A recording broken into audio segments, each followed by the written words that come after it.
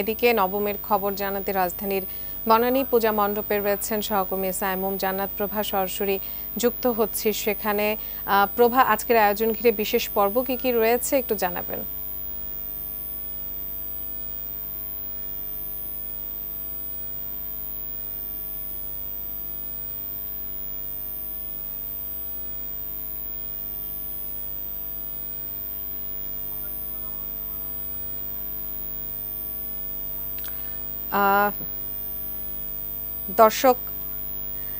দর্শক আজ মহানবমী, সনাতন ধর্মাবলম্বীদের সবচেয়ে বড় উৎসব শারদীয় দুর্গাপূজা চলছে।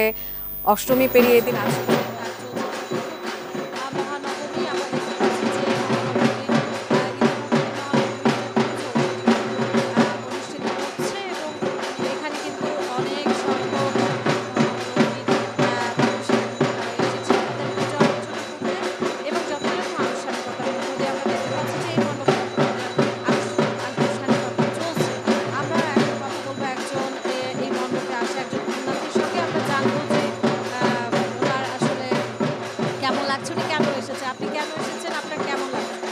আমি আজকে পুষ্পাঞ্জলি দিতে এসেছি।